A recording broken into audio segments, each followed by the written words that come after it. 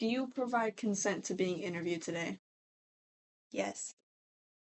In your view, what factors have contributed or to either building or eroding public trust in local police? Um, so I guess for eroding public trust in local police, I've experienced uh, a couple times some officers when they're talking to somebody that they got a call for, so they have to make contact with somebody. And if I've only experienced that if these people aren't white, that sometimes uh, the cops put their hands on their gun, just like I feel like I don't, I didn't see anything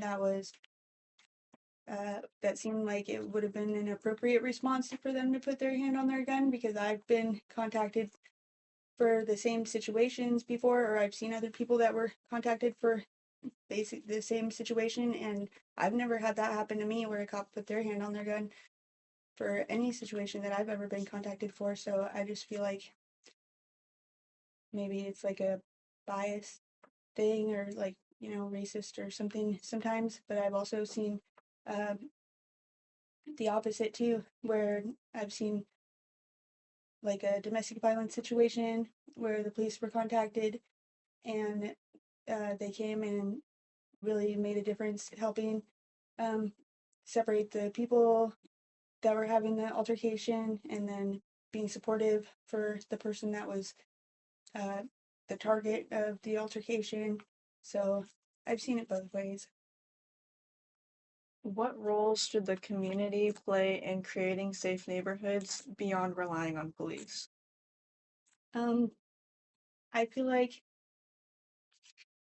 wherever that you live, as long as you like know your neighbors and you get to know new neighbors if they move in and stuff, and just kind of trying to be like a close community, I know that that really helps because then you're more likely to like look out for the uh, the other people in your community and to to see if there's suspicious activity that you report it. I feel like a lot of times that if the community is close, then they're definitely going to be looking out for um, other people, their neighbors and stuff. So I feel like that would be a big thing. And then just kind of like taking precautions ourselves by if there's anything that we have like of value to make it not noticeable, take it out of view and stuff. So that way it's not like, I guess, tempting for people to try to steal or vandalize or something. We could just like make efforts to stop crime at the root, right? Just preventative measures.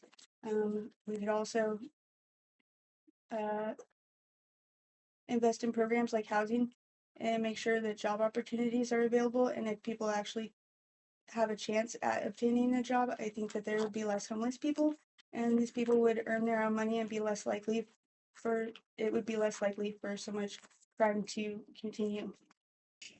Have you witnessed any programs or initiatives that encouraged shared responsibility between residents and law enforcement? What made them work or fail?